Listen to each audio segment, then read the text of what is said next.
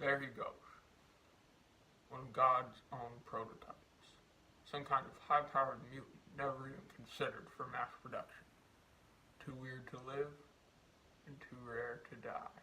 So, if you recognize that quick little intro bit, or if you read the title, today I'm reviewing one of my probably new favorite comedies, Fear and Loathing in Las Vegas, starring Johnny Depp and Benicio del Toro, and directed by Terry Gilliam. So the movie is actually based on the novel by the same name, which is written by Gonzo journalist Hunter S. Thompson. And Thompson in this movie is played by Johnny Depp, who I think killed this role. The role is perfect for his style of overacting. He's very twitchy and just very Johnny Depp, but just the character he's playing, it works very well for his acting style. So I think he was a perfect cast for it. Benicio del Toro plays his Samoan lawyer named Gonzo, and he wasn't as good, but still had his moments.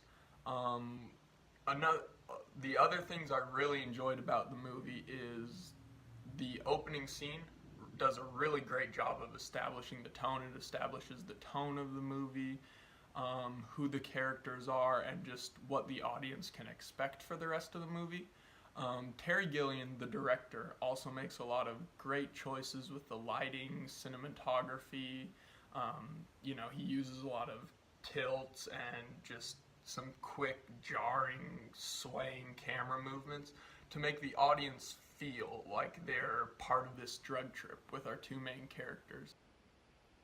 And you know I know about some drug trips. Another thing I loved about this movie is that it's possibly one of the most quotable comedies I've ever seen.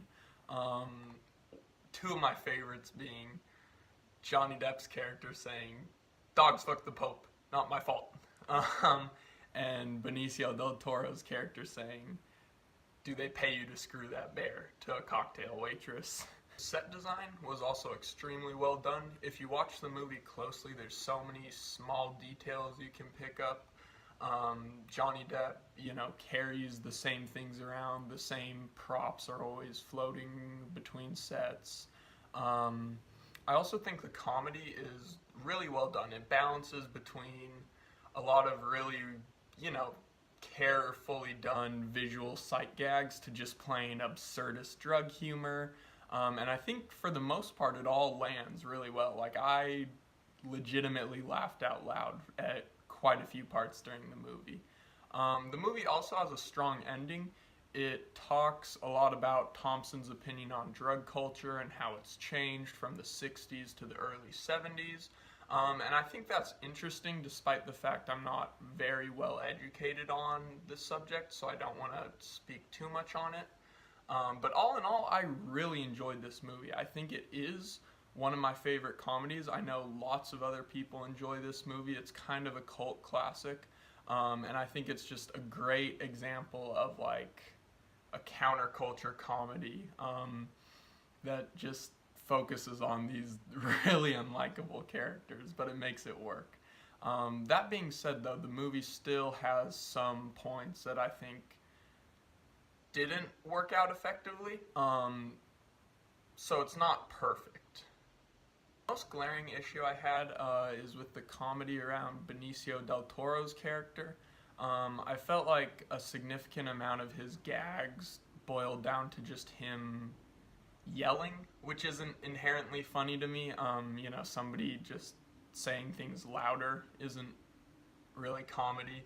I also think the movie kind of drags. It's just under 2 hours, but the plot is very one-dimensional, so I could see how audiences would feel, okay, we get it, about halfway through the movie.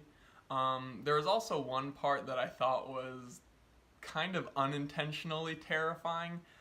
There's a scene where Johnny Depp and Benicio del Toro are checking into a hotel room, and Johnny Depp is on acid at this point, but he sees all the patrons of the hotel turn into these reptile creatures, and it's very reminiscent of the dance party scene from Jacob's Ladder, if you've seen that movie, where it actually is kind of terrifying. It made my skin crawl a bit.